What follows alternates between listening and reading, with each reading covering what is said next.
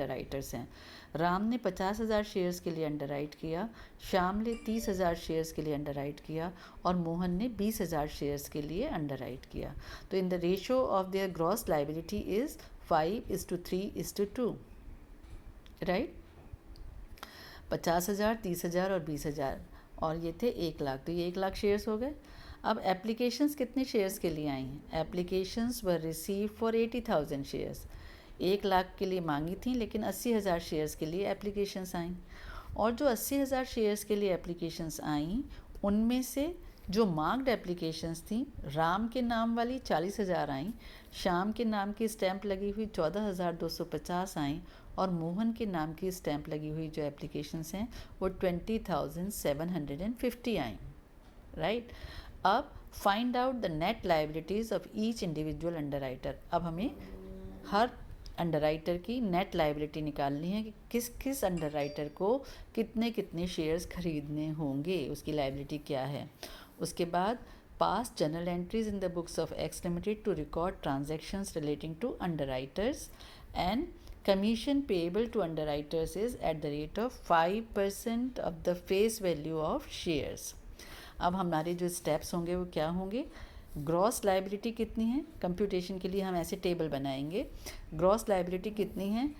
राम ने कहा मैं 50,000 शेयर्स खरीदने के लिए अंडरराइट कर रहा हूँ, श्याम ने 30,000 के लिए और मोहन ने 20,000 के लिए। अब मार्क्ड एप्लीकेशंस जो आई हैं वो कितने की आई हैं? 40,000, 14,250 एंड 20,700।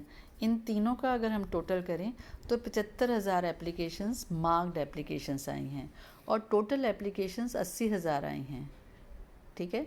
टोटल एप्लीकेशंस 80,000 आई, जिसमें से राम, श्याम और मोहन के नाम की एप्लीकेशंस 75,000 हुई। इन तीनों का टोटल करें तो हमारी जो अनमार्क्ड एप्लीकेशंस होंगी वो कितनी हुई? 80,000 में से हमने 75,000 घटा दिया तो 5,000 हमारी अनमार्क्ड एप्लीकेशंस हैं। अभी हमने ये जो जितने शेयर्स के लिए अंडरराइट किया था हमने उसमें से मार्क को घटाया तो ये हमारे पास बैलेंस आया कि इसको इतने शेयर्स खरीदने चाहिए, इसको इतने शेयर्स खरीदने चाहिए, इसको इतने शेयर्स खरीदने चाहिए, क्योंकि इन्होंने इतने इतने शेयर्स के लिए अंडरराइट किए हैं। अब अभी हमने ऊपर पढ़ा था कि अगर किसी का भी फिगर नेगेटिव आता है, नेगेटिव आता है का मतलब क्या कि इसको 20,000 शेयर्स खरीदने के लिए इसने अंडरराइटिंग एग्रीमेंट किया था और इसके नाम की स्टैंप लगी हुई एप्लीकेशंस 20,750 आ गई हैं। इसका मतलब 750 ज़्यादा एप्लीकेशंस आ गई हैं, तो इसको कहेंगे कि नेगेटिव बैलेंस है। इसे कुछ नहीं खरीदना बल्कि 750 शेयर्स ज़्यादा इसके नाम से खरीदे गए हैं। तो इस 750 शेयर्स जो नेगेटिव बैलेंस है उसका बेनिफिट राम और श्याम को मिल जाएगा और वो राम और श्याम को in the ratio of their gross liability मिलेगा according to the first method जो हमने अभी ऊपर किया था। तो वो बेनिफिट कैसे मिलेगा कि हम यहाँ ये आपका 750 आ गया, अभी इसको हम यहीं रहने देते हैं और फिर हम एक काम और करते हैं कि अब हम इसमें से जो अनमार्क्ड एप्लीकेशंस हैं, अनमार्क्ड एप्लीकेशंस कितनी हैं? जैसे मैंने अभी आपको बताया कि 80,000 शेयर्स के लिए एप्लीकेशंस आई, जिसमें से 40,000, 14,250 और 20,750 यानी 75,000 मार्क्ड हैं, तो 5,000 अनमार्क्ड एप्लीकेशंस हैं। अब हम नेक्स्ट स्टेप में क्या कर रहे हैं कि लेस अनमार्क्ड एप्लीकेशंस। अभी अनमार्क्ड एप्लीकेशंस कितनी हैं? 5,000 हैं। उस 5,000 को हमने इन the ratio of their gross liability, gross liability क्या थी?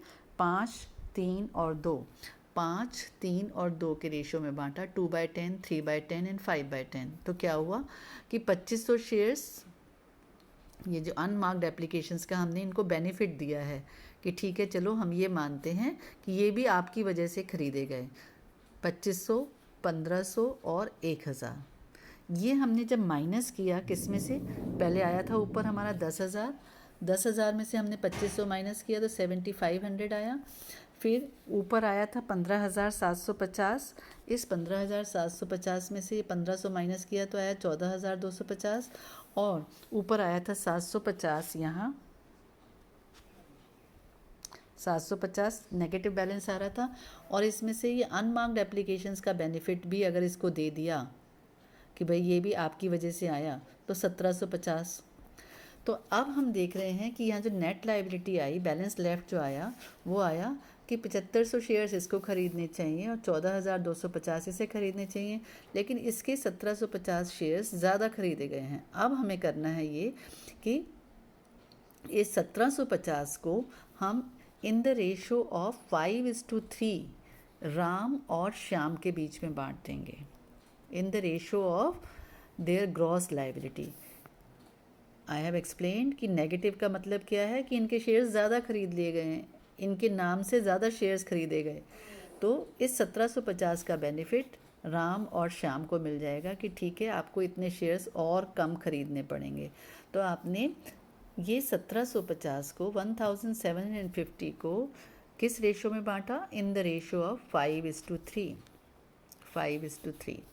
5:3 के रेशो में बांटा तो 1094 और 656 शेयर्स इनके हिस्से में आ गए, और ये जो नेगेटिव था ये बट गया। तो अब इसको तो कुछ नहीं खरीदना, ये नेगेटिव बैलेंस था, ये इसके बीच में।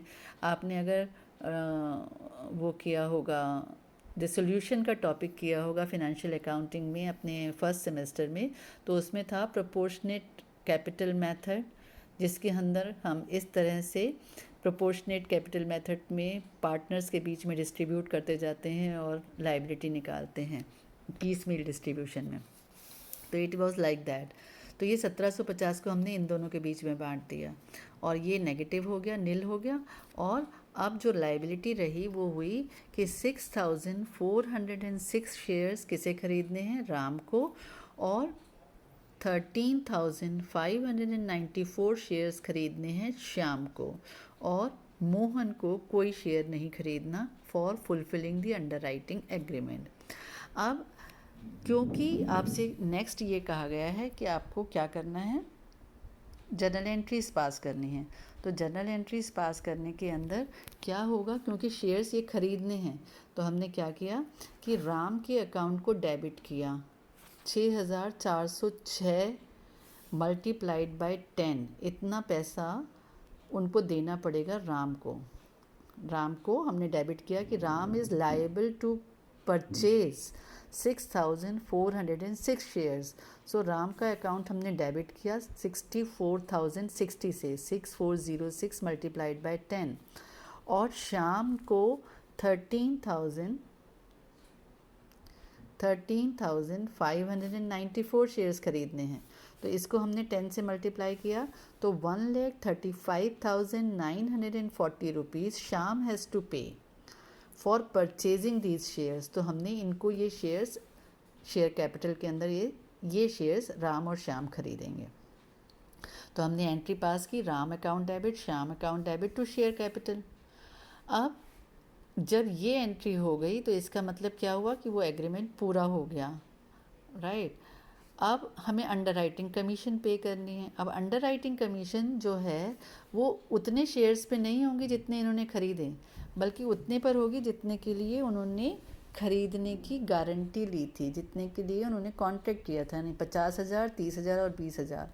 इसको हम 10 से मल्टीप्लाई करेंगे तो 5 लाख, 3 लाख एंड 2 लाख, यानी राम को 5 लाख के ऊपर 5% कमीशन मिलेगी, श्याम को 3 लाख पे 5% कमीशन मिलेगी, और मोहन को 2 लाख पे 5% कमीशन मिलेगी।